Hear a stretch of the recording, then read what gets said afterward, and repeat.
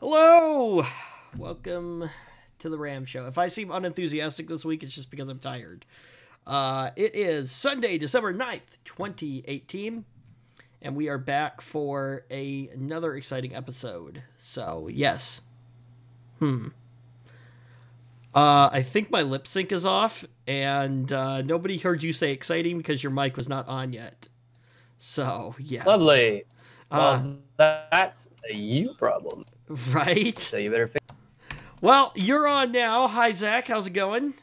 I'm glad you fixed it. Fixed what? My mic was off. Oh, yeah. I never have your mic on at the beginning of the show. Yes, I'm aware. I never turn it on until we're in the double box, usually, or like right before I go to you. So usually my lead-in is, hey, Zach, how's it going? Things like that. So I'm going to adjust this slightly. Slightly, maybe a little bit more. Okay. So, oops. I think, holy, nope. So I think I figured out what the issue may have been. I don't know if it was, well, the webcam might just be, I don't know. But I think, I don't know, maybe I have like a bad USB port on the back of the system because I plugged in, so I took the USB hub out of the equation. So that's no longer part of the equation anymore. Everything is just directly connected into the back of the system. And so I plugged in the webcam, and like it just kept doing like the reconnect sound over and over and over again. So I put it in a different USB port or USB slot, and it's not doing that anymore. So hopefully everything is fixed. I hope. So Honestly, I just cannot understand how a wired device seems to have so many problems. These kind of things usually work pretty well. Right? Usually they do. So, anyways. All right. So, we are into December now. So, it's time for the holiday season to begin. Yeah, I know. How does that do with the New Year's and Christmas holiday season time period? I mean, it's a thing. It's whatever. I don't know. Hey, okay. Stuff happens. How can you, Grinch? I'm a Grinch? Yes, Seriously? dude. I just said it's fine. I didn't say I hated it. It's whatever. Okay. Things can get a bit excessive at times, but it's not awful. Okay, fine. Well, I was gonna say, like, okay, out of all the holidays, because you're not a huge holiday fan, what is your favorite holiday? Oh, I don't even know. I don't think I could answer that. So where does Christmas rank for you? It's definitely one of the better ones. Okay, so here's my thing, is, I absolutely love Christmas. When I was young, probably had something to do with all those presents. Right. Now as I'm older, I really enjoy I enjoy seeing that in like my younger cousins. I enjoy watching them get presents and things like that. And I think one of the reasons that I always enjoy Christmas so much is that it's the one holiday where I really get to see a lot of my family. So that's fun. So I think all that combined just it makes Christmas one of my favorite holidays. So anyways, so I got into the Christmas spirit and put up my Christmas tree in about 2 seconds. Literally 2 seconds. And if you're wondering how that works, because you probably are, Zach, I sent you a picture. I'm sure it's just a simple tree, right? I sent you a picture of my Christmas tree. Is it? Hold on. Let me tab over. So everyone on the stream can see this now. It's in the background here. Right, yeah, that's... It's gonna be something like that.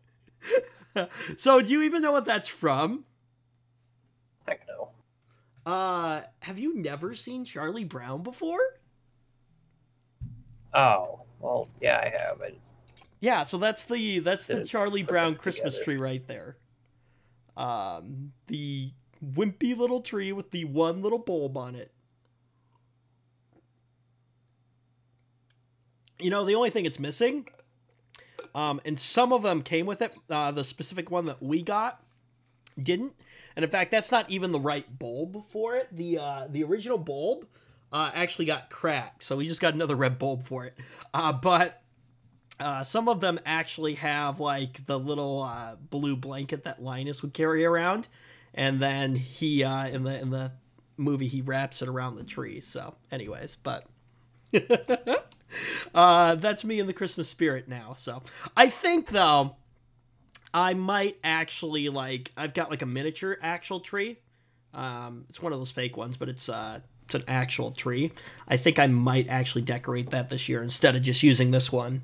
So, anyways, but I've got nothing against the fake ones.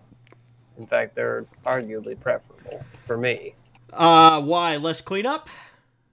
Well, yeah, it's like you can just put it in a box and... Okay, but you don't get the authenticity of having a real one. Okay, but... So? So we actually just put our Christmas tree up today.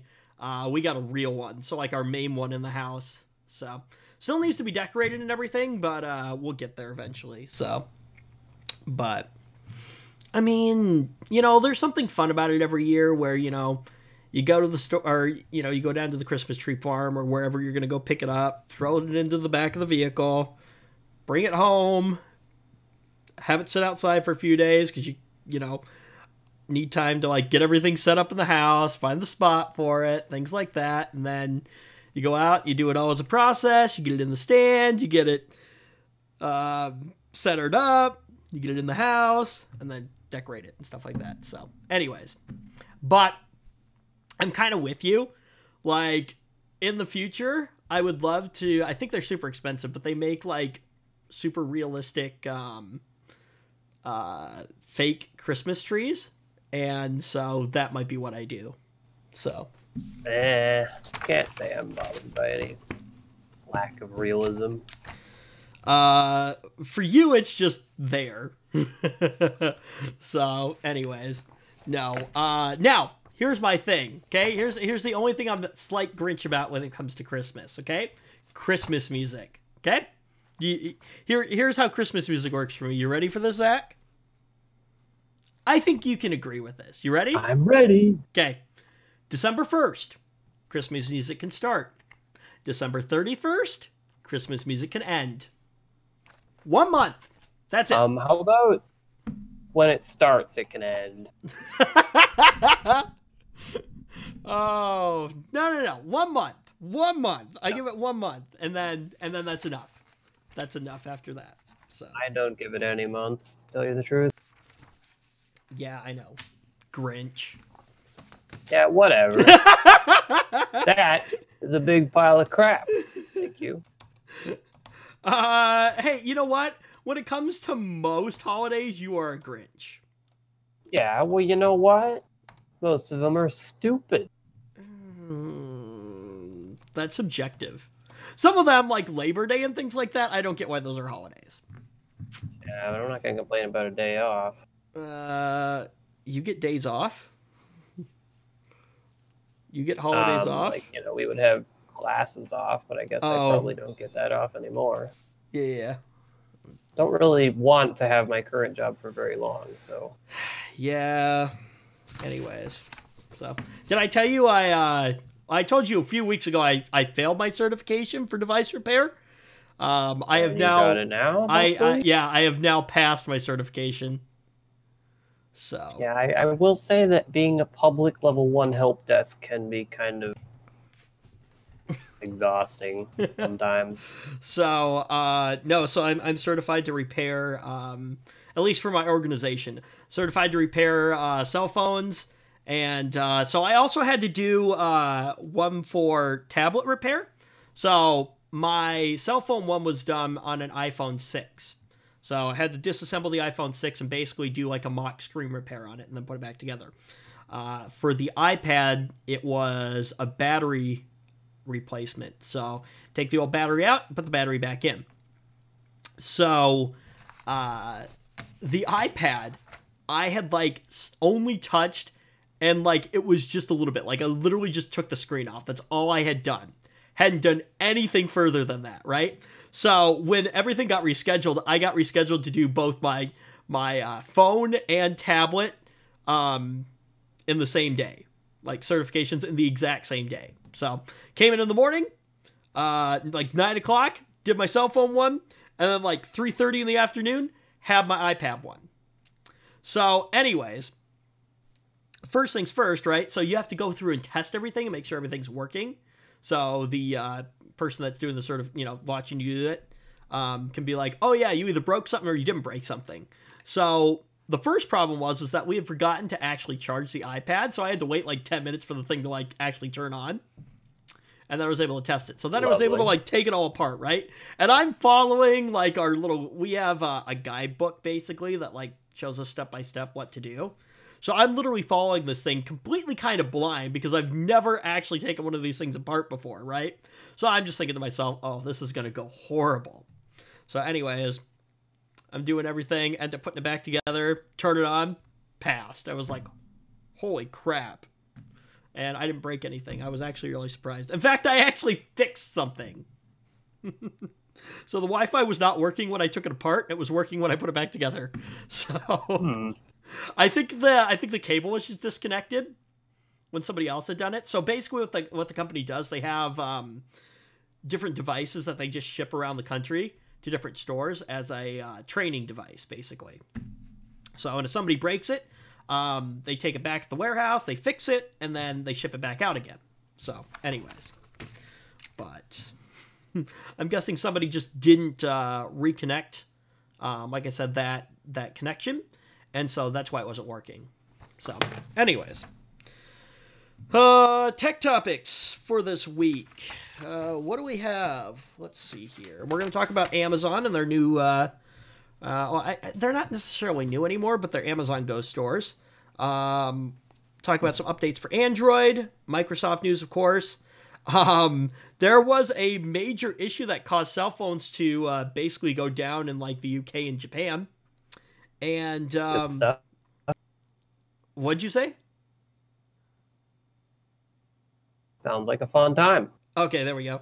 And then Qualcomm Snapdragon 8CX is out, which we'll talk about in a bit. I might actually have you take the lead on that one. So, well, that would be probably a poor decision. Why? But sure. Do I look like I know much about phones? No, I know a bit about. But here's the thing. Here, I just have a dinosaur. I don't follow new phones.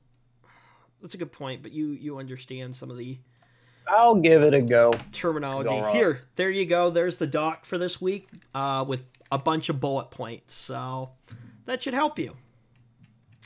I would give Zach crap at this moment about, oh, look through the document, but I put the document together literally like 30 minutes before the show started. So, yeah. So you get a free pass this week, Zach.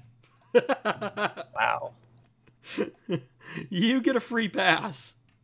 I'm so fancy. Right. Oh, I also thought of a very good reason as to why I still need your phone number, which you still haven't given me yet. Yeah, well, I don't want to hear it because you can hit me up anytime on like 3 different platforms. So. See, here's the issue, right? Except for later on at night when notifications are no longer a thing. If I need to get a hold of you, still I manually send it. Manually send the notification. Yeah, but I think it sends it to your email. What? No. I think that's how that works, because usually I hit that option. I tried to get a hold of you the other day when me and Joe were trying to actually like look for parts to be like, hey, and nothing throughout the entire night. So that is why I could justify having your phone number. There you go. I mean, truth be told, I don't care, but I do find it funny, so I'm going to withhold it. No. You said on stream, do you want it? You can have it. Yeah, but then I changed my mind because I thought it was funny. No, you cannot do that. You said on stream. It is recorded, my friend. I don't care. You can go dig it up and play it right now for all I. You said I could have it, so. Well, what if I lied? That just makes you a horrible person. I don't know. I'm a horrible person. Ask me anything. I think I already knew you were kind of a horrible person in some ways.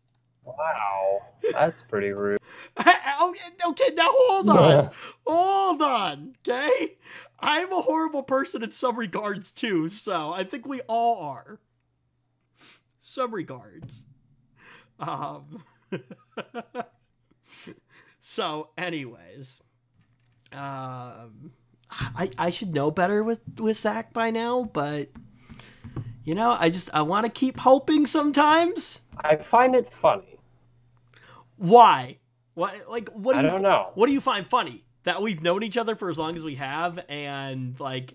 And then your reaction, and like, well, actually, I need to come up with excuses to have it. And I'm like, well, actually, you know what? That one is actually not an excuse. That could legitimately actually be something. Blah, blah, blah. You called it an excuse.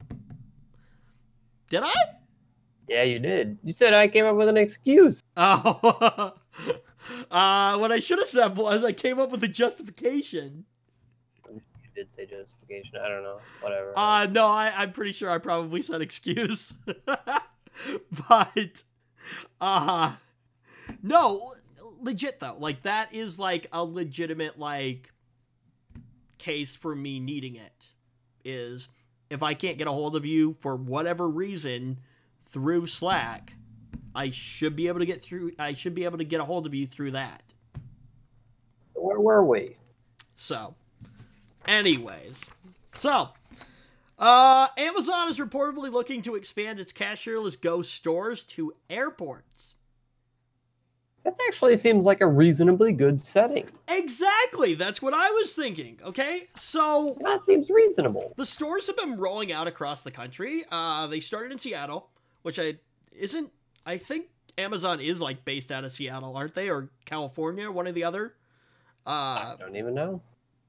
Anyways, so they recently built them in. They recently put one in Chicago, I believe, and Amazon is looking to expand to airports, which I think both of us agree is actually a really, I think, smart idea, a smart and lucrative. It does seem like a smart place. Yeah. So, basically, Amazon wants to expand its footprint in retail, which, okay, makes sense. You know, what is Amazon? They are essentially retail. It's like their core business. And so having a physical presence is not a bad thing. So, according to Bloomberg, Amazon is looking to add, get this, as many as 3,000 stores by 2021. Wow. Yeah. I mean, you know what? I would probably sooner shop there than a place where I have to check out. I don't know. It would be cool if I could just grab what I want and walk out and then get charged for whatever I bought. So, well, we'll talk about check out or stand in line or anything. That'd be cool. I would. Excuse me. We'll talk about some downsides in a second here, but anyway, so Amazon has talked about the LA International Airport and the San Jose International Airport. San Jose, is that what you said? I think I said Juan Jose. Or Juan San, or something like that. I jumbled it. San Jose International Airport, and that was back in June. So since they really haven't done anything, but yeah, you're right. That move absolutely makes sense. So think about it, right? In an airport, you know, you've got people that are nowadays, you know, back a long time, you know. Think about it. You know, you used to be able to take direct flights to and from places. Nowadays, what happens, Zach? You get on a plane, what happens? And you get connected flights. Exactly. And all that kind of stuff. So now there's connecting. Unless you want to pay more. Right. So now there's connecting flights, right? So you usually have some form of a layover, and so when you're thinking about it, right? If you've got 45 minutes between connecting flights, right? You know, that's not a ton of time. So think about it. you run into one of these cashierless stores, right? So you got your phone, you run in, oh, I want to grab a sandwich and a bottle of water real quick, and you walk out and you're good to go. It makes sense, that grab and go nature. Yeah. Perfect. And think of it this way, too. Now, see, there is good and bad to this. So here's some of the bad, right? Is because of the nature of how the stores are set up, right? There's no cashiers. So one thing to look at is less jobs. Now, obviously, somebody still has to stock shelves and things like that. At some point, I would imagine Amazon's going to figure out some way to automate that. Who wants that job anyway? I don't know. But I mean, that's probably not a great way to think about it. But like, that's just a low tier job that not many people truly want to work at. Truly not. Might be a way to make ends meet. Exactly, but see, that's the thing. That's the thing. But It's a way to make ends meet, and by cutting out some of those jobs, So that's the thing to look at with. So AI is cool, but it's eliminating jobs, and it's not going to go anywhere though. So we'd better just roll with it. So anyways, that's one downfall that I can see. Now, where I can see it being a benefit, however, though, is some of these big airports, like the LA International Airport, they're designed to operate 24 hours a day, around the clock. So it works in regards to staffing needs that way, where you wouldn't necessarily have to, you could have that store open 24 hours a day, without the need for somebody to actually be staffed there. So I could see that. But yeah, you're waiting for a connecting flight, you roll in, I want a couple of these things, go grab them, off you go. Here's the only thing though, right? So while this seems like a cool idea, and this might be somewhere where, let's talk about data collection real quick though, Zach. Yes, that is definitely a thing. Because you know darn well that Amazon is collecting data on you now, tracking what you're buying through your phone, because that's linked to your account.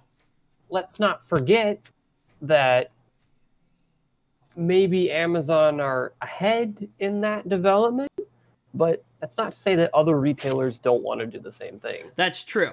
That is true. And they're going to. They're not, it's not like Amazon are, leagues ahead of them and the only ones who are able to do such a thing. No, everybody else is going to have to catch up a little bit because Amazon kind of has. Right. Well, I mean, Google and Facebook have been doing this for years. Technology, I guess I should say. They have the infrastructure and the technology to do. Well, yeah. And I'm sure other retailers will probably do things like outsource it. Right. But it will happen. It will happen regardless of where you shop. But companies tracking your data, it's just a thing that's going to start happening here. And so I wouldn't even be surprised if there becomes like you could download an app on your phone to block that or something someday. Someone will make an app to block.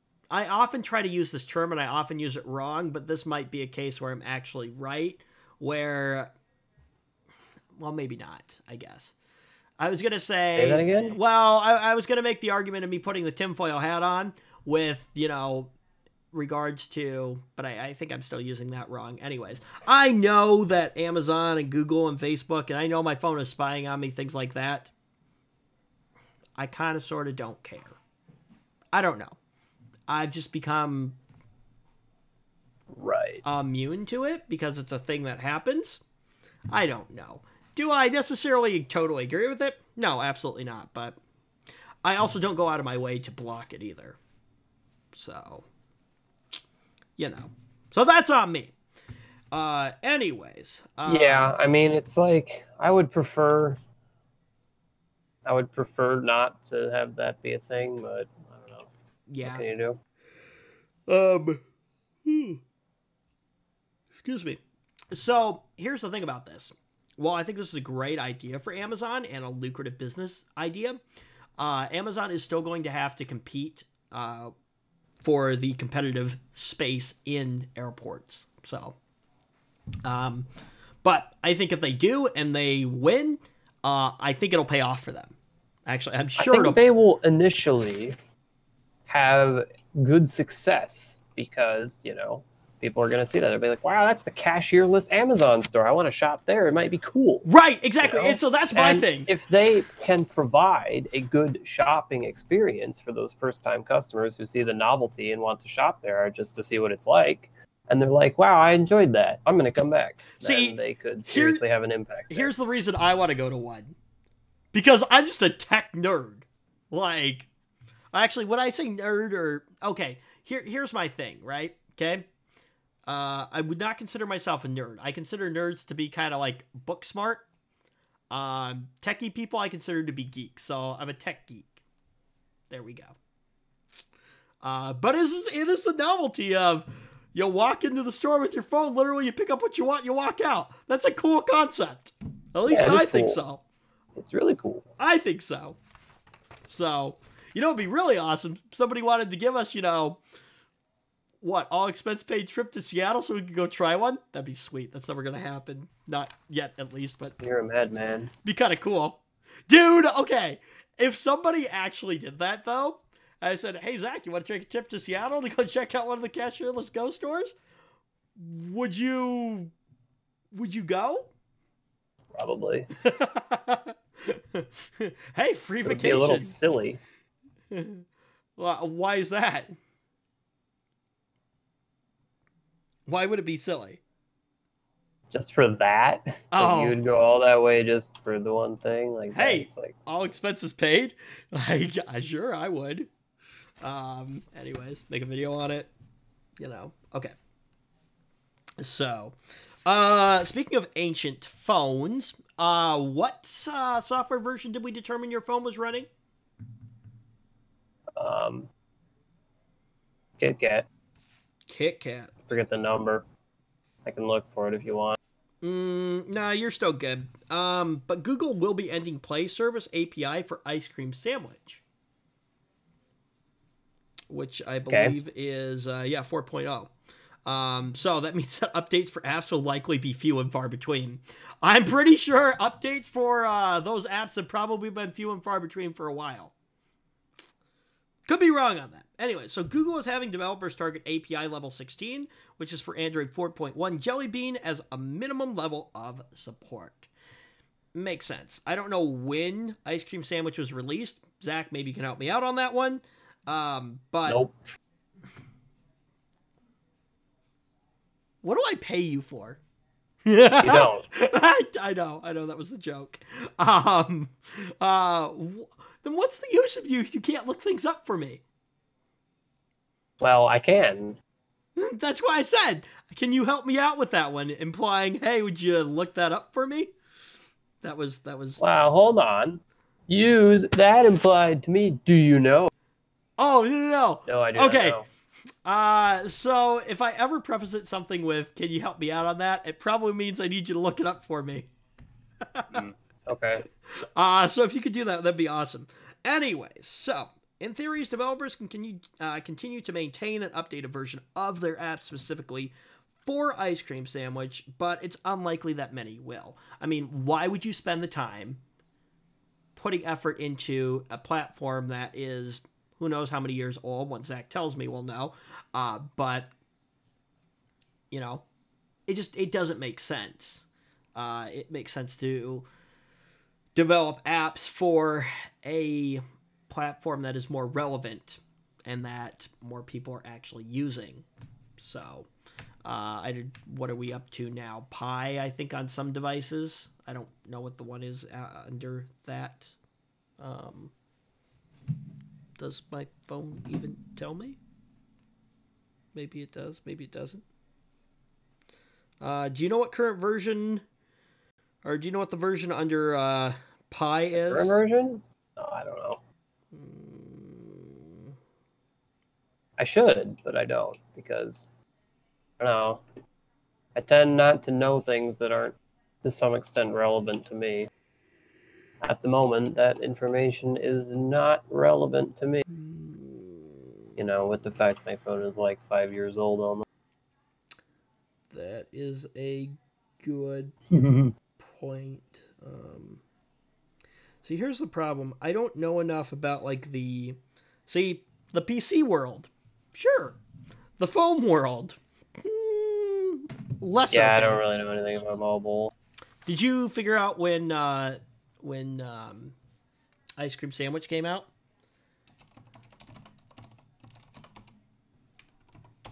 I'm going to take that as a no. Oreo is what we're on right now. Oh, is that so? Okay.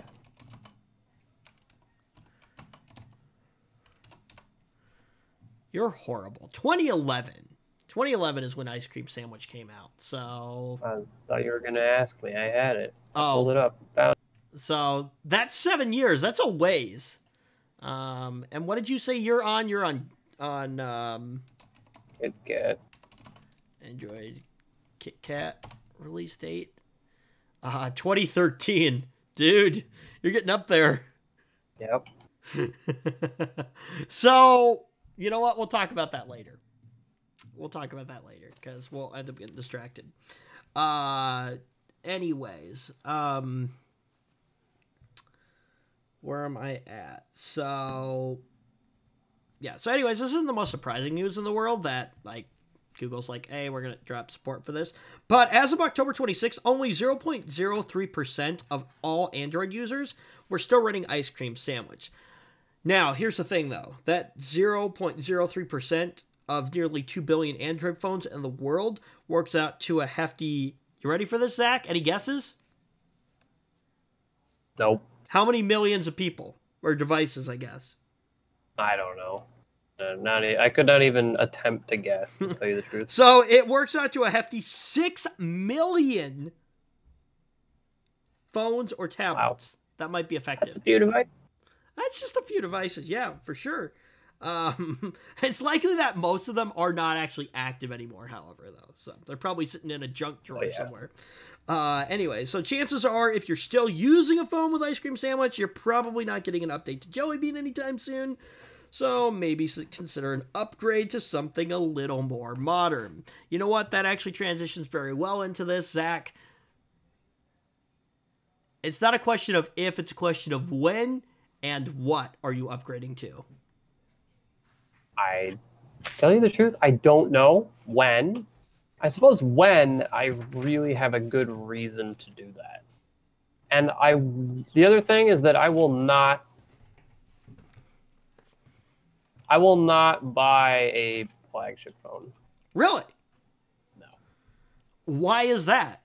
You just don't want to spend that amount? Well, because I mean, what I probably see myself doing is just buying one of those second tier, quote unquote, flagship killer phones. Flagship killer phones?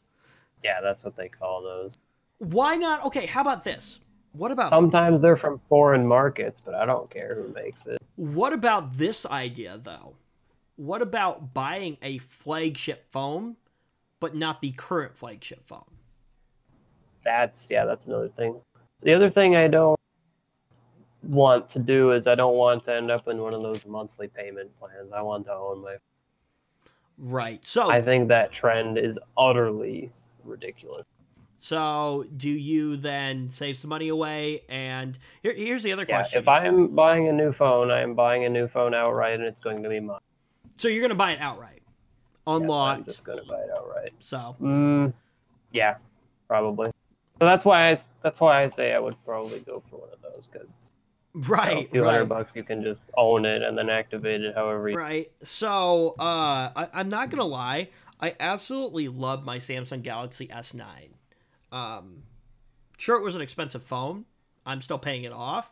But yeah, and I would almost say that is a silly decision to go that route, but sure. Why is that? Just because of the sheer amount? It just seems dumb. Leasing a phone? What is it, a car? No. I'm not leasing this phone. Well, that's pretty much what you're doing. You're making payments on it.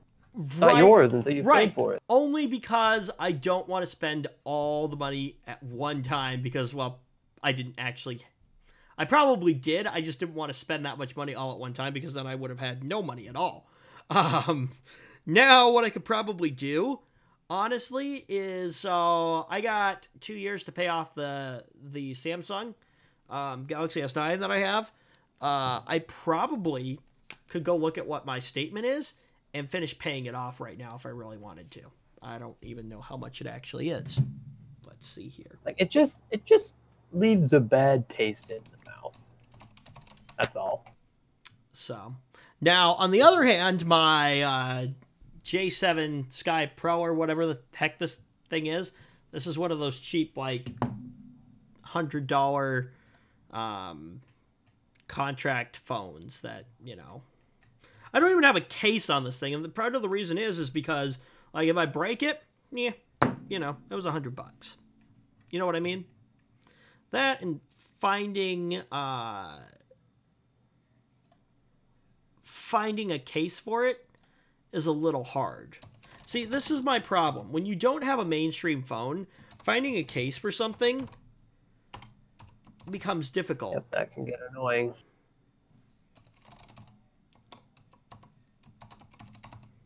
But also, you know, the fact is I don't really care for or need a top of the line phone.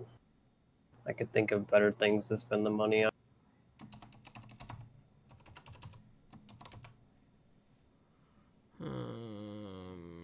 So, whatever. I don't know. Whenever I feel that mine is inadequate, I will probably end up considering what I can do about it.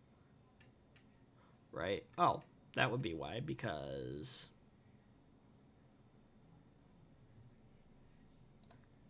What the heck? How is it that much? I apparently put way more on this than I actually thought I did.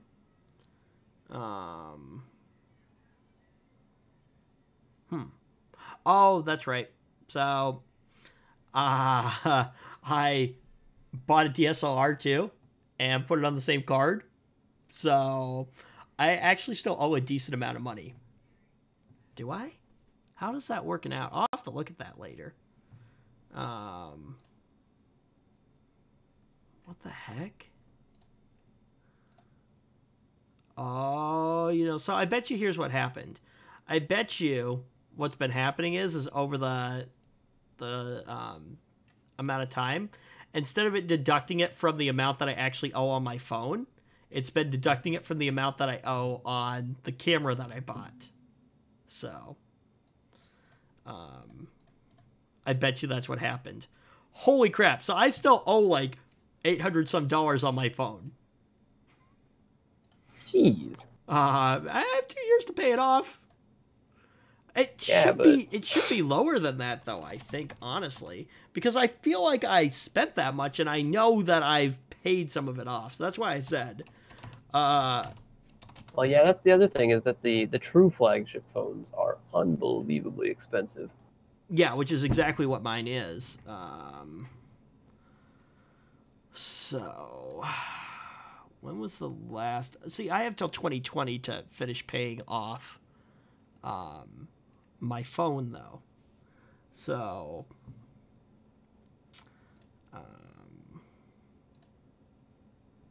let's see here.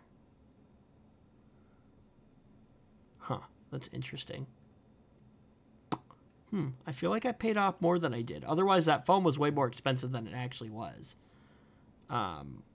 Oh, no, you know what? So, actually, I think what happened is... Wait, what? I don't know. I'm super confused. I gotta look at this better later, because I don't think I actually owe as much as I think I do. I think something's off here. I might need to call my company, this company, and be like, what's going on with your accounting? So, just move that tab around there for now. Anyways, okay. Where were we? Oh, yes. I know where we were. Let's do this.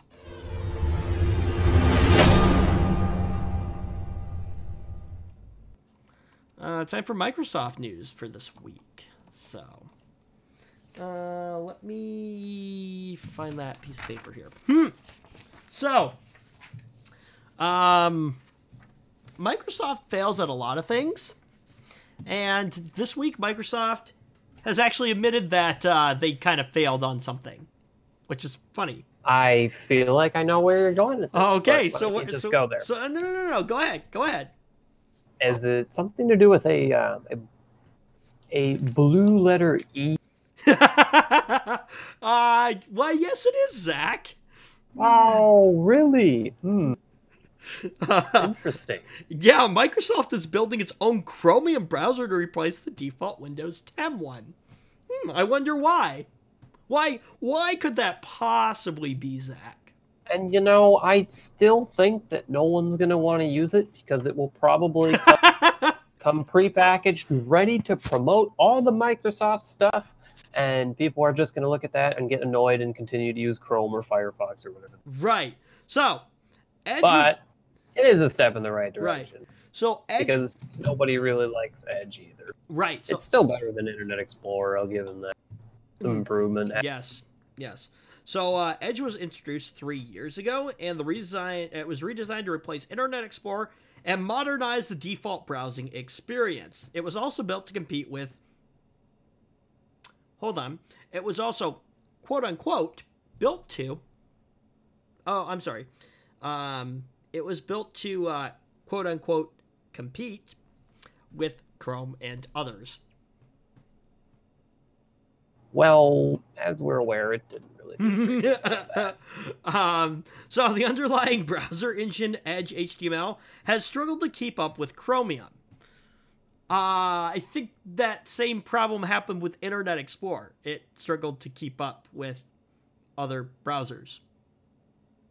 Yes, it did. So I remember me saying this. Web developers used to have to develop different, so CSS, Cascading Style Sheet. It tells a web browser how to style certain things. So you may have headings, right? Well, rather than going in every single time and saying, this is a heading, and having to change the text size and the color, and maybe underlining it, maybe having it in a different font. Basically what you do is you assign a style to that text right there, and you say, hey, this is a title right here, and then let's say, a couple years down the line, you decide, oh, I don't like the color of those anymore. Well, rather than having to go back and update all of them, you just change one thing in the CSS style sheet, and it updates them all across. Now, simple things like colors and stuff like that, Edge didn't have a problem with. It was when you started getting into things like positioning things on screens, where you would have one thing kind of next to another thing or whatever, things got interesting, and so web developers used to actually have to develop 2 different style sheets. One for like every other browser, and then one specifically just for Internet Explorer, because Internet Explorer sucked. Yeah. So, anyway. So, Microsoft is finally giving up and moving its default Windows 10 browser to Chromium. Chrome is now the most popular browser across all devices, and Chrome has turned into the new IE6. I don't know, was Internet Explorer 6 widely used, I think? Probably. Web developers have been favoring its rendering engine to optimize their sites, and Microsoft's rendering engine has fallen behind, as we talked about before. This is the best part right here. Microsoft is finally ready to admit this, which is actually big for Microsoft if you think about it. It is. Them admitting to, yeah, we suck. Like, it's kind of funny. Because, see, in typical Microsoft fashion, right? Because this is not like typical Microsoft. Typically, Microsoft would be like, oh, just keep plugging away at it, keep using it, things like that. No, they finally admitted defeat, which is big. Now, if only Microsoft could admit to, other things like Cortana being a horrible idea and telemetry data being a horrible idea. Know what I mean? Cortana is an utterly useless twat. Almost as useless as Bixby. Almost as useless as Bixby. Yes, that too. I'm sorry, Samsung. Like, Bixby no, useless. Don't be sorry. Bixby deserves it. So, anyways. let's see where I lost my spot. So there were signs Microsoft was about to adopt Chromium onto Windows. The company's engineers have been working with Google to support a version of Chrome on ARM-powered Windows operating systems, and adapting Chromium as the default rendering engine for Windows 10 will end Microsoft's hostility towards Chrome. Maybe. Microsoft has regularly pushed notifications to Windows 10 users to attempt to convince them not to use Chrome, and Microsoft pulled Google's Chrome installer from the Windows Store app. They say it violated store policies, and the policies restrict rival store browsers to using Microsoft's own Edge rendering engine. So, anyways, I think probably just some saltiness there on Microsoft's part. So, anyways, it's funny that Microsoft's kind of like, don't use Chrome, don't use Chrome, don't use Chrome. Ah, crap. Actually, Chrome's fine. Yeah, Chrome's fine. Like, Google, come help us. We need your help.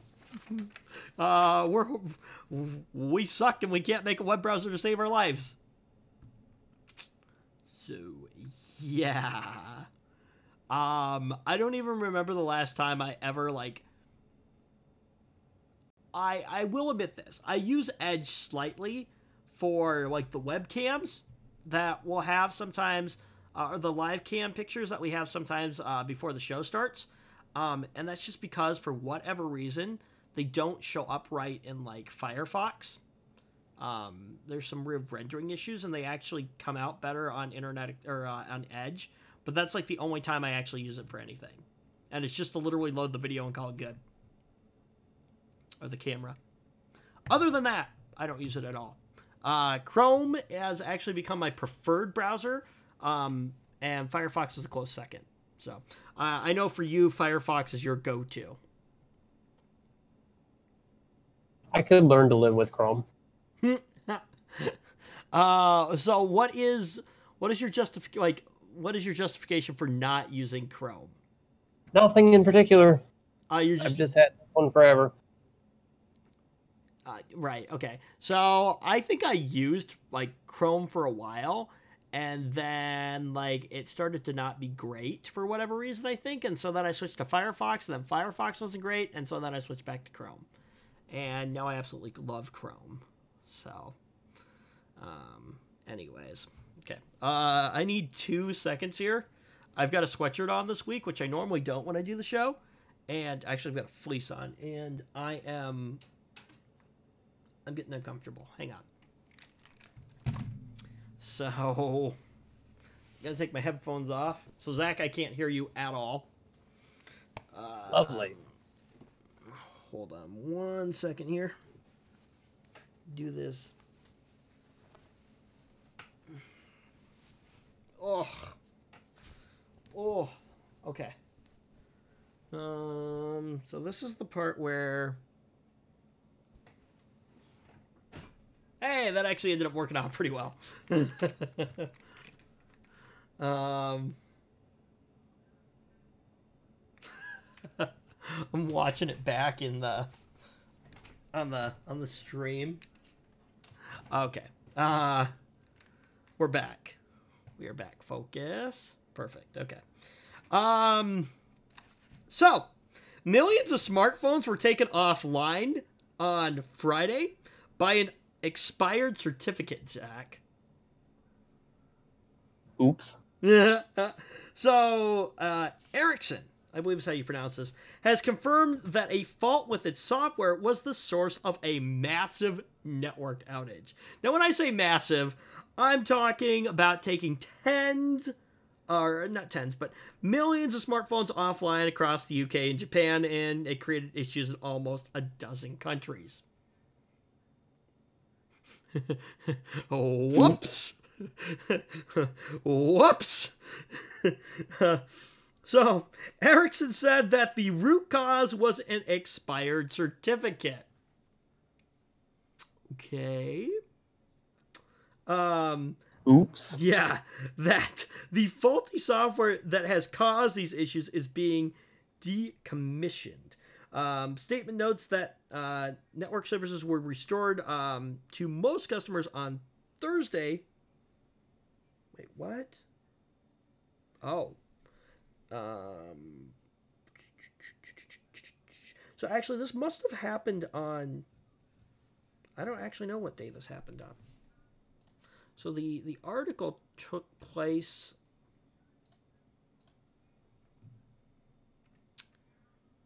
Took place on the 7th, right? So the 7th would have been Friday. Oh, so this must have happened on the 8th. Or the 6th, I'm sorry, the 6th. So, which would have been last Thursday. Anyways. So, UK operator O2 said that its 4G network was back up as of early Friday morning. So, it looks like people... So it looks like it went down on Thursday, and most came back on Thursday. While some people in the UK had to wait an extra day for things to come back up. So Ericsson later confirmed to SoftBank, whoever the heck SoftBank is, I have no idea. It might be one of the service providers, that issues had simultaneously affected telecom carriers who'd installed Ericsson-made devices across a total of 11 countries. Yeah, well, okay, and here's the thing. So Ericsson's admission suggests the outage was, get this, entirely preventable.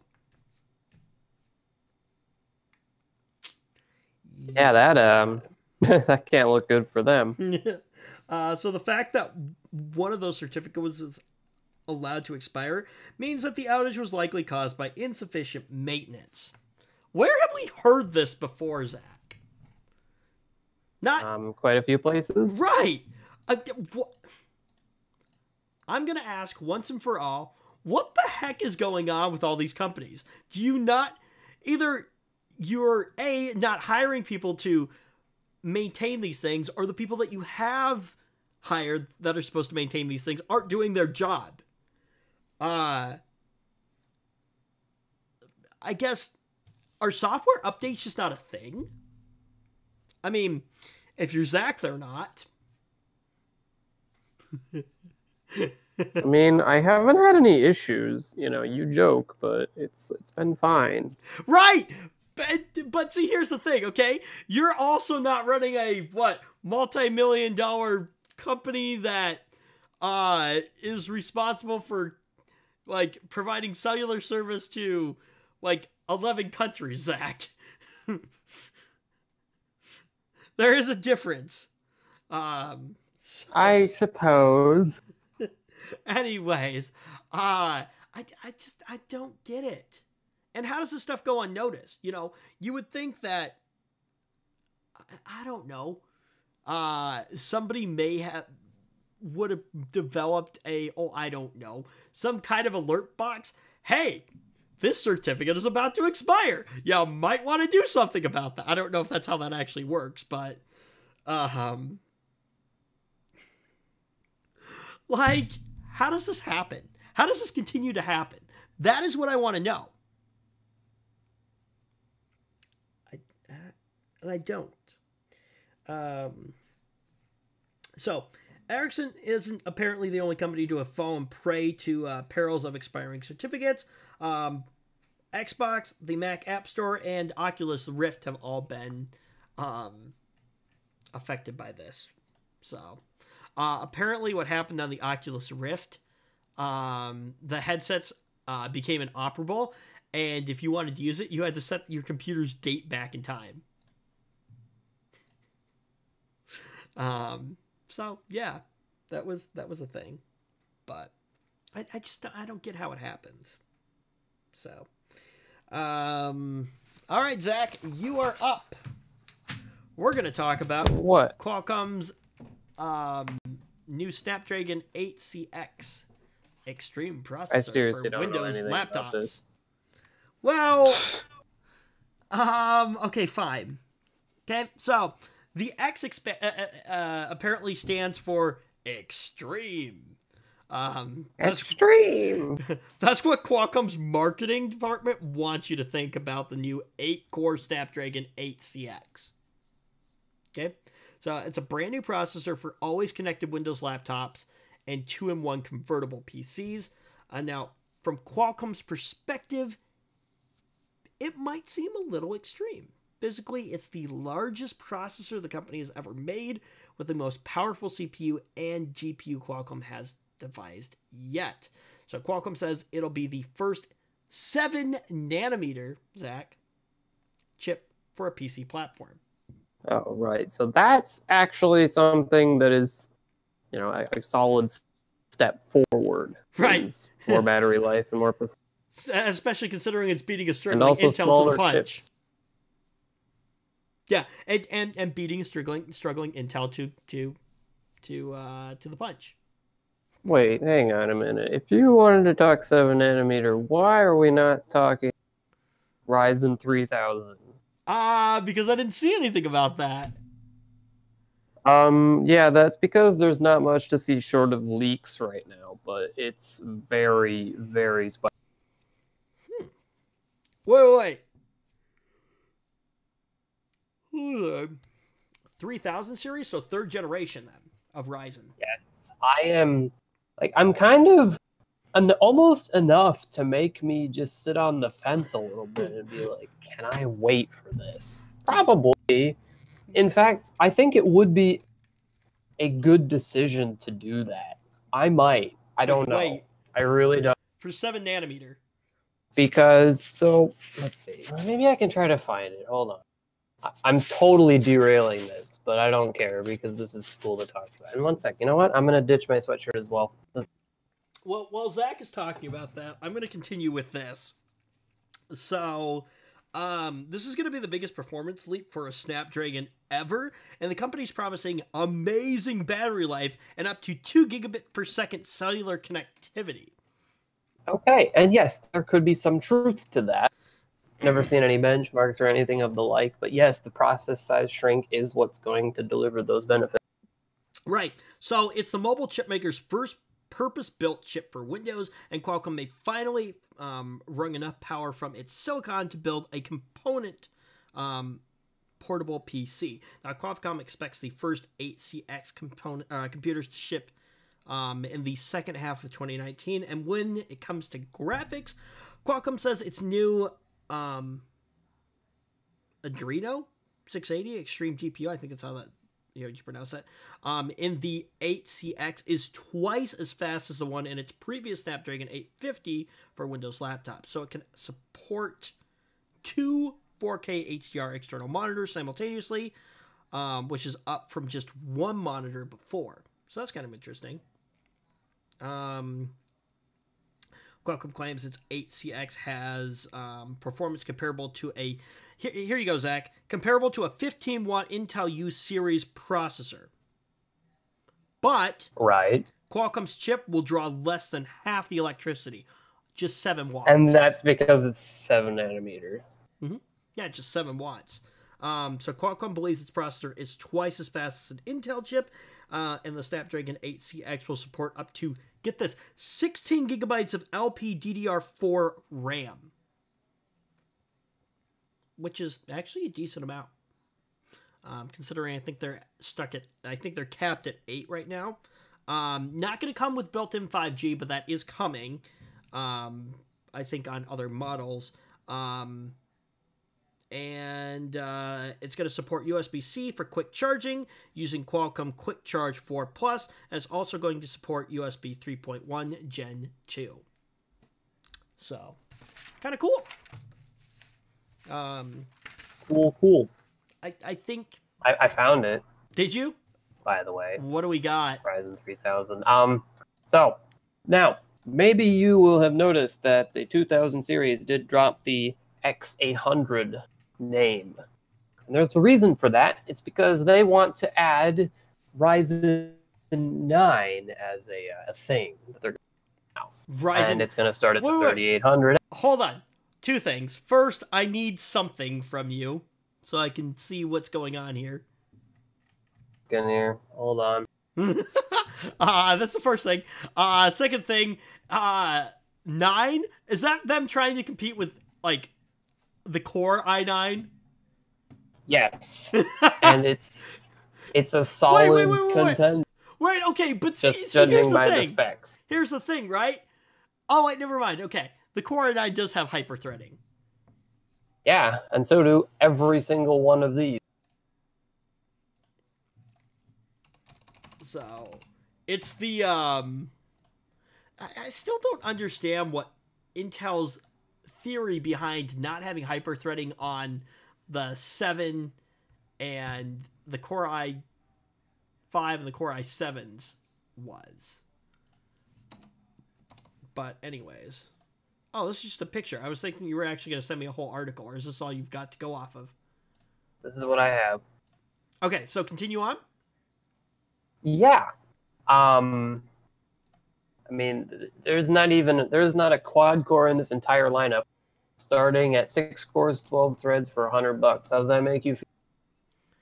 So hold on. Right now, what I'm in the middle of doing is, give me 2 seconds here. I wasn't expecting you to ask me a question so quickly. I thought you were gonna give me a second here. You don't have anything to say about 6 cores and 12 threads for $100? Well, basically, the only reason what we're doing is we're just piling on the cores. Right. That's what they're... Hang on. Give me 2 seconds here. Okay. So the reason I didn't have anything to say about that was because I like heard something 6 cores, 12 threads. Actually, I didn't even hear 12 threads. I just heard 6 cores. I was like, okay. Cores, 12 threads for $100. That is significant. Yes. And with the okay, so basically we've got a few. There's just a few that I have my eye on. Really, I don't care about most of this table, but the 3600 with a base speed of 4 gigahertz and a turbo speed of 4.8, definitely not on all cores. We don't care. 8 cores, 16 threads for the i5's price. Like, wow, this is pretty good. Wait, okay, so hold on. Now I'm finally getting a chance to look at this. $249. So also, these are like preemptive, like leaked specs. Right, so leaked things specs. can change. Okay, so let me look at this here. So we're starting with a Ryzen 3 3300, 3.2 gigahertz, with a turbo up to 4 gigahertz. So that's pretty cool. 6 cores, 12 threads, $100. Holy crap! Let me ask you this real quick before we go too far on this. But what do you think Intel's reaction to this is going to be? I mean, it's... Because, okay, well, so far, hold on. What they have done mostly is to just cannibalize their higher-end products to compete in the core count. Right, but they're going to have to do something. They're going to have to do something if they want to stay relevant. We are kind of... This is kind of approaching a point where, you know, they're going to have to do more than that. They're going to have to do something in the architecture of their products, not picking higher end products off the shelf, relabeling it something else, and selling it for less to compete. Mm-hmm. So now we move to the top of the line here, the Ryzen 9 3850X. 4.3 It has gigahertz. been speculated that that's going to be a chip announced for the 50th anniversary of AMD. Huh. Wait. Turbo clock of 5.1. 4.3 gigahertz base clock. Right, with a 5.1. Hold on. 5.1? It's not going to be on all cores. Chill out for a second. But still. Yeah. But still, 5.1? So the reason they're able to do this is it's because of binning, right? But it's not just because of binning. It's because under the die, or on the die, I suppose, on the CPU is you're not looking at one CPU that has 16 cores. You're looking at multiple core complexes. They're calling them chiplets. So in other words, you know, you don't need to produce a die that can do 16 cores at 5.1 gigahertz in order to sell this product. Because in this case, only 1 or 2 cores are going to go that fast. You need, for this chip, to manufacture this chip, they need, on that chip needs to be one chiplet with 2 cores on it somewhere that can do that speed. I see. Now, how And do so they? it's that you remember the Intel marketing saying it was just glued together crap. I Well, was just about to. I was gonna say. yeah, this is what glued together crap can do. This is where it's gonna go. This is where everything Dang is. it, Zach! And Intel's gonna have to go there. Hold on. Oh man, you ruined that. I was gonna say now these chiplets. How are they attaching those to the board? Are they gonna glue them to it, Zach? Yes, they're gonna just take some Elmer's glue and dump it on there. There you go, glued on. Oh, you beat me to it. I was gonna go there for a second. 16 cores, 32 threads. Okay, but what is the? Okay, hold on. Here's the only thing. What is the current lineup? Because isn't the current lineup 16 cores, 32 threads? So really, all you're getting is just the more performance out of the clock speeds, then, right? Say that again. So okay, what is? Oh no. Never mind. You have to go to Threadripper to get anything with 16 cores and 32 threads right now, don't you? Yes, you do. And that's kind of part of the reason I'm considering waiting. It's like I was eyeing a 12-core Threadripper CPU, but it costs more than these 16-core CPUs by a significant margin, and that's ignoring the price of the motherboards. It's like, now here's the other question. I might as well just wait. Here's the other question. I just want question. to know when these are coming out. Right. What is the assumed socket that these are going to use? I believe the higher ones are going to require a new motherboard. Dang it. I'm not sure. They might use AM4. Dude, if they use AM4, dude, be a nice upgrade. I don't think... I forget. I read something about this somewhere, but I think some of them are AM4. But I mean, really, for me, I'm just eyeing the 3700X and the 3800X. Like the 3700X stands to be potentially the gaming CPU to have. Although that's not entirely what I'm looking for, but it like with a turbo speed like that, especially with the potential improvements of IPC that could be had as well, you know, per generation. There's generally a bit of improvement. Like this could be a real heavy, and it hits right square in that i7 price bracket. So you know you're gonna have people who want to upgrade, change their computer, build a new computer, and they're gonna be comparing the i7s to this. And right now, it does not look very favorable for the i7s. I mean, unless Intel's got something they're holding out on, then it right now does not look very favorable for them. Right. So that's why I'm curious to know what Intel is going to do, because Intel's going to have to respond at some point to stay relevant, that is. Yes, they will. So... And I'm sure that they will be working on this. You know, they will be having to go this glued together crap route. That's just what's going to happen, because you know you think it's bad in the desktop, and they're in kind of an unenviable position in the data center. Well, okay, so our data center starting to switch over to AMD stuff, or yeah. Well, more performance. And I'm not super keen on that stuff, but at the end of the day, the performance per watt is so much better. It is just so much better because it's these chiplets. That's it. It's the chiplets. Like we're talking about, at this point, we're talking about putting so many cores on one die that trying to manufacture a die like that is going to leave you with such unbelievably bad yields that it's not going to be profitable. Hold on. And so, you know, that's where this gluing stuff together comes in. It's like, well, if we can't reliably manufacture a 64-core die, why don't we stick eight core dies on one pack? It's an exciting time for processors right now.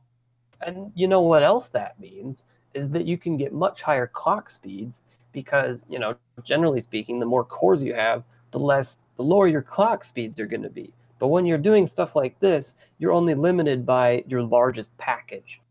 or sorry, your largest core complex, I guess. I forget the exact term for it, but you're limited only by the slowest 8-core chiplet on the die, or however many cores.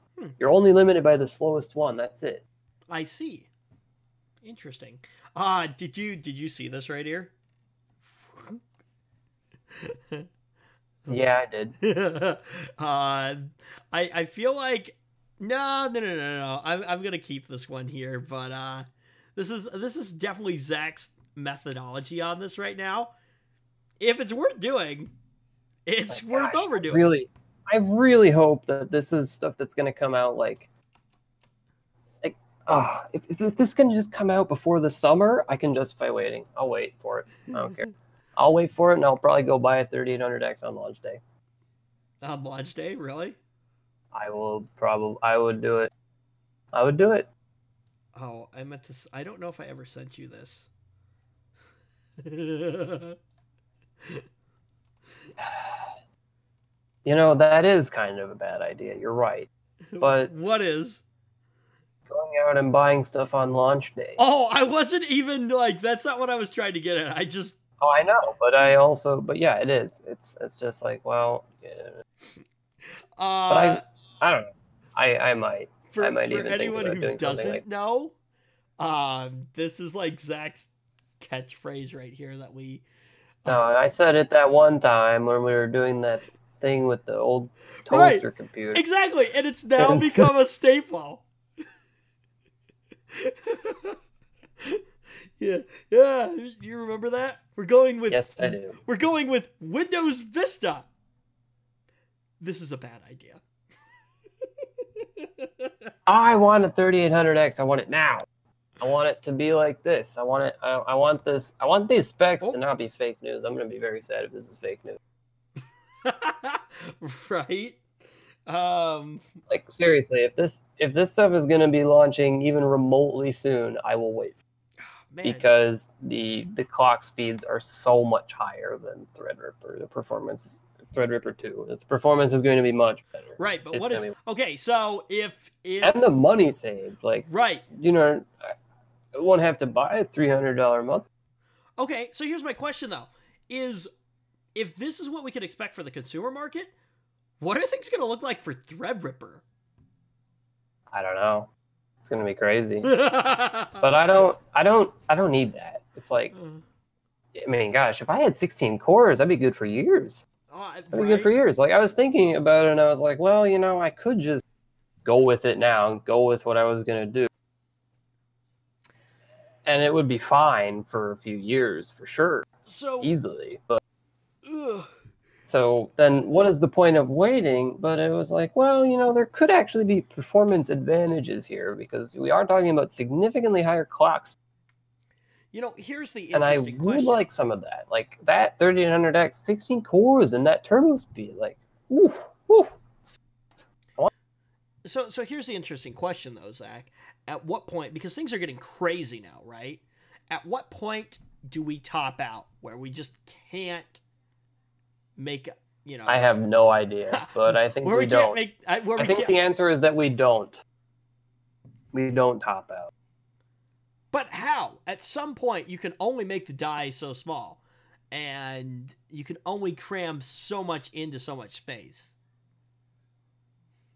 You know? 7 nanometer, that's getting pretty small. How much smaller do we get?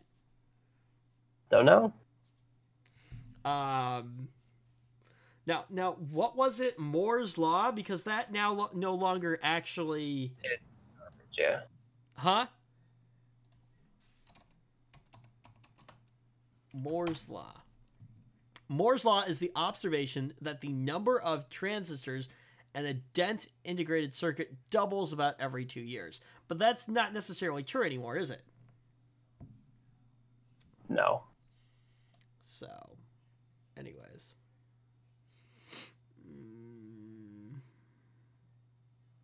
I don't even know what... Yeah, I mean, 2920Xs are turboing at 4.3. And on only 12 cores. If I could wait for a 3800X... 4.7 turbo speed. That's not going to be on all cores, of course, but it is going to too. Significantly improve the single-threaded and give me the extra cores and save me a few $100. That's always good. Like it just seems like a winner. I really hope that they can launch this stuff soon because I don't want to wait forever. I do want to upgrade my computer.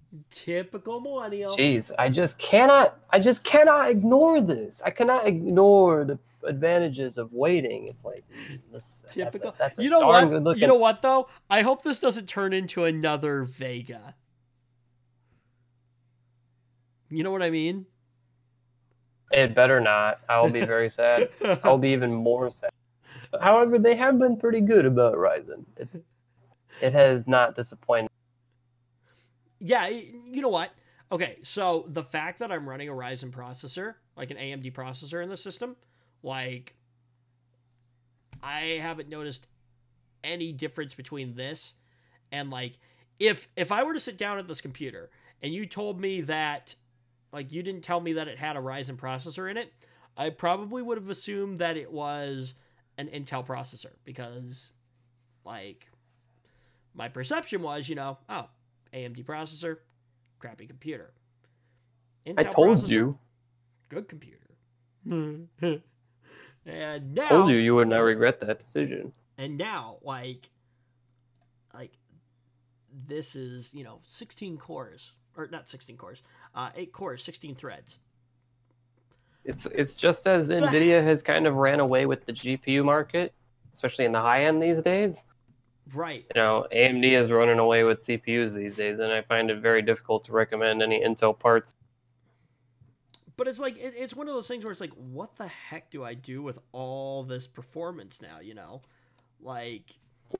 Well, and there's nothing wrong with having more than you need because it just means that you can just sit with it for a while. Right, exactly. Something better will come out and you'll just be like, this is fine. Right, so there you go. I already have enough. AMD Ryzen 7 2700X 8-core processor. I've had my current system for, 3 years? And I want to get at least 3 years out of this upgrade. Yeah. Ooh. So, this is huge. Huge gains. Like, if I was waiting to get a 3800X and I go out and get one, that is 4 times the cores and threads that I have right now. It's amazing as to what's happening nowadays with the advancements in the technology and things like that. It's pretty cool. Think about, did you ever imagine that when you built your system like 3 years ago or so, that we would be at this point with processors where we would be getting this kind of performance? And it's basically because the market stagnated and then AMD kind of came back with Ryzen, and now the CPU wars are back, and it's a great time to buy a CPU because both companies are actually attempting to grow their product lines instead of just spinning some new quad core out. Both companies are like Intel had done for. Well, I mean, you can't ignore that Intel has definitely made some improvements. Like, I bet if Ryzen wasn't a thing, they would still be spitting out quad core i7s year after. Oh, probably.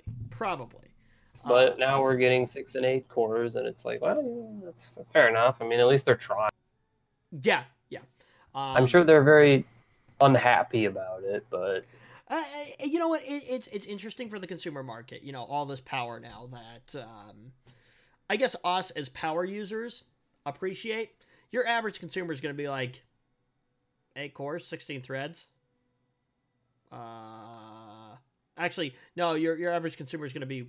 Really, I think the only real performance upgrade that an average consumer will appreciate is a being able to open up more Chrome tabs. No, a solid state drive. Oh yeah. But just imagine how many Chrome tabs you can have open now, Zach. Oh my.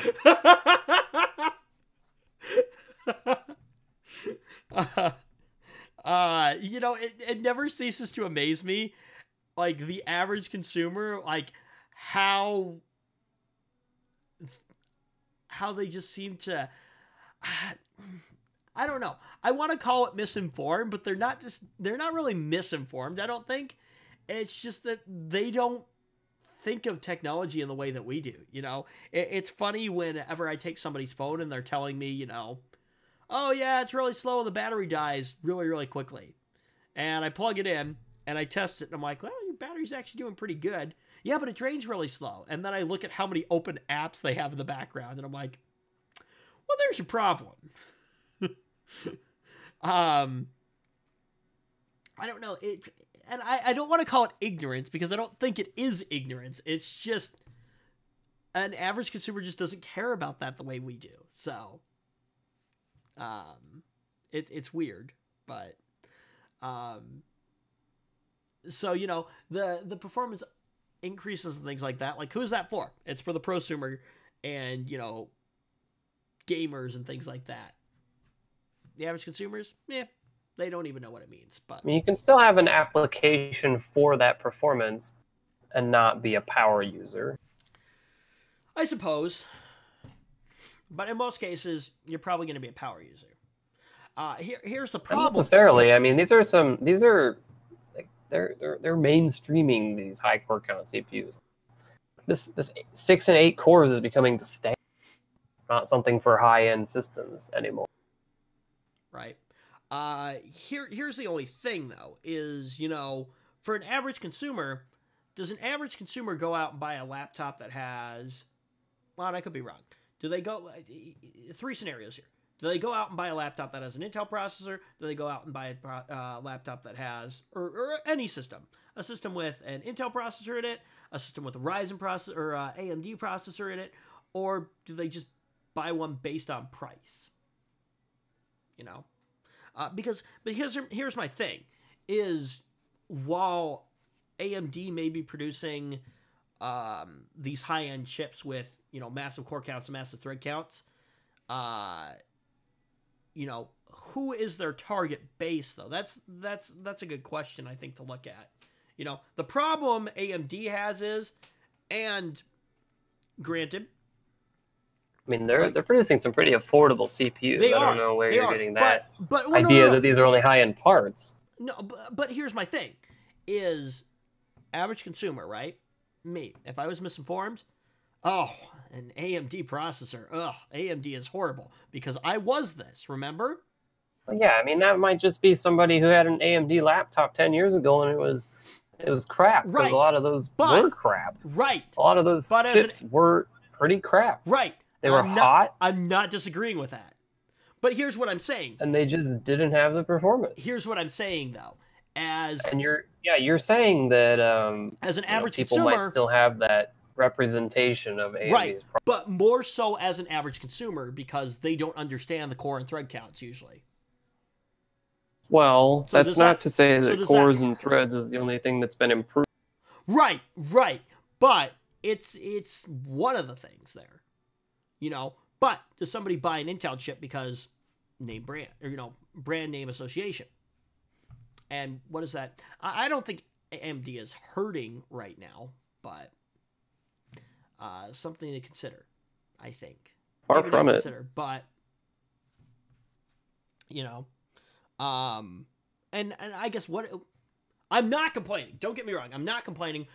I guess, what is the justification for AMD producing such high-end chips, though? Is it just to do it because it's awesome? Because it is. I'm not gonna deny that. But, well, I mean, why not? Why are you doing it? Are you saying that it would be better for them to do it halfway, even though they could produce a better product? Not to do it? You realize, like, if they're making the best product they can, that means they're putting the most pressure on their competitor as they can. This is a good point. But that means their competitor also has to push themselves in order to compete. Right. And we know that Intel is kind of struggling on that front. Like, you're right. But they're having to cannibalize their higher end product lines just to compete, really. Right. It's tough. But at a certain I'm sure eventually they will bounce back. They will probably adopt chiplets as well. Right. Then we'll just have some more core wars where everybody's adding cores, more cores. I want 20 cores, 32 Right. cores, But all at of some them. point, does it top out? Because, like I said, you're going to look at an average consumer. There's going to be like, yeah, okay, I don't know what this means. I just want a computer that I can play. What? I don't know what the latest craze on Facebook is right now. Candy Crush or whatever. It doesn't top out. I don't think it does. I don't think it does top out. You think it's just going to keep going? I think it's going to keep going up until there is a massive change in just the way that CPUs are made. Like, I don't know, you can only get so small. Sure, yeah, you only can get so small. And once that limit is reached and someone finds a new way to do, then we might see something different. But until then, we're just going up. I see. I don't know. You're also thinking so far into the future that any judgment we can make is going to be wildly incorrect. So, just a quick. We're gonna wrap things up for this week, but yeah, we should do that before we get too far here. I'm gonna actually put it that way. Officially licensed Star Wars keycaps are here, Zach. Wow, that's lovely. Yeah, I won't be buying them. I know you won't be buying them. Guess how much they cost? Oh no, $100. Oh no, more than that. Oh, more? What? 200? More? That was a high estimate, I thought. And you tell me more? Yeah. $200? How about that? Yeah, more than 200. That's $200? More than 200. What? 400? No. Not quite that high.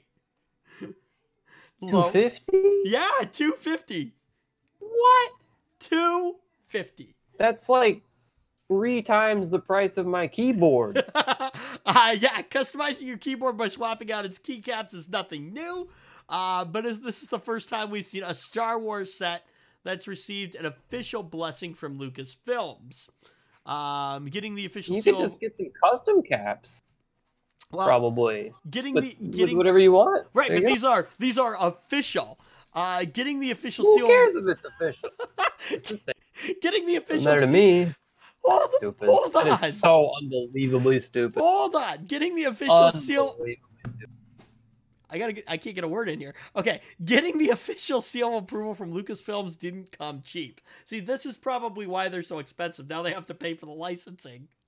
So they're gonna retail for $250 when they go on sale on December 10th. And that doesn't include the keyboard. It's just the keycaps. Yeah. Yeah. That's just so silly. Ugh. Wait, okay. If that sounds like a reasonable amount of money to spend on just one component of a PC accessory, then you're actually getting a pretty decent made price of decent made piece of kit for the keycap experts at Signature Plastics. So they feature dye sublaminated lettering, meaning that they shouldn't wear away anytime soon.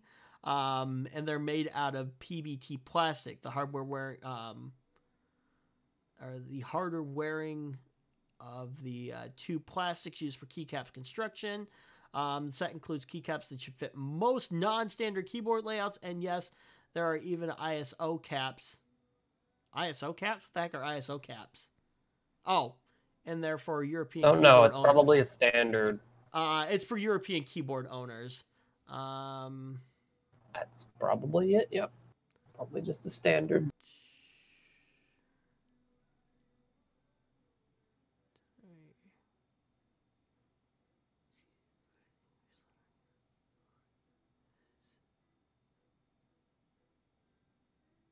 Arabish?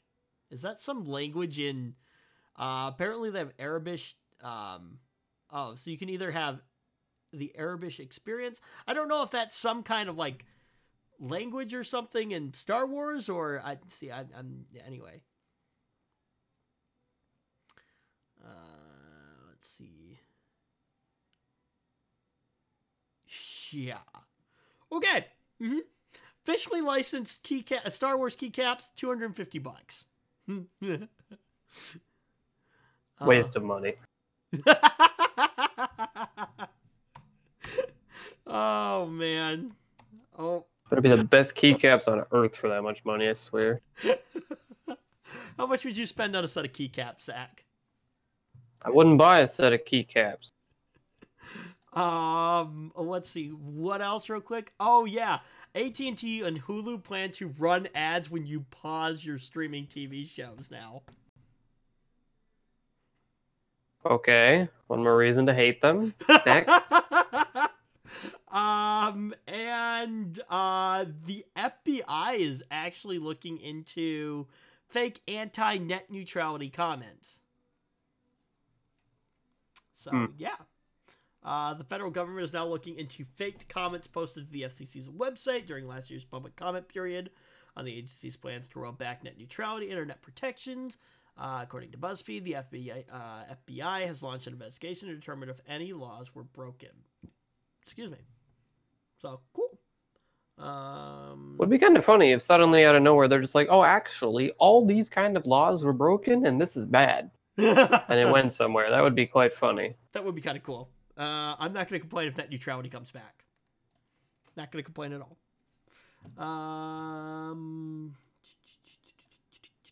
Yeah, I think that's about it for this week. Man, we went long. Anyways, that's okay. So, with that, let me pull the right graphics here. There we go. Yeah, I don't have anything to add. I doubt Zach has anything else to add. So with that, thank you so much for joining us this week. Thumbs up, thumbs down, comment down below, get subscribed, turn on the bell, all that fun stuff. Yeah, we'll see you next week. Bye.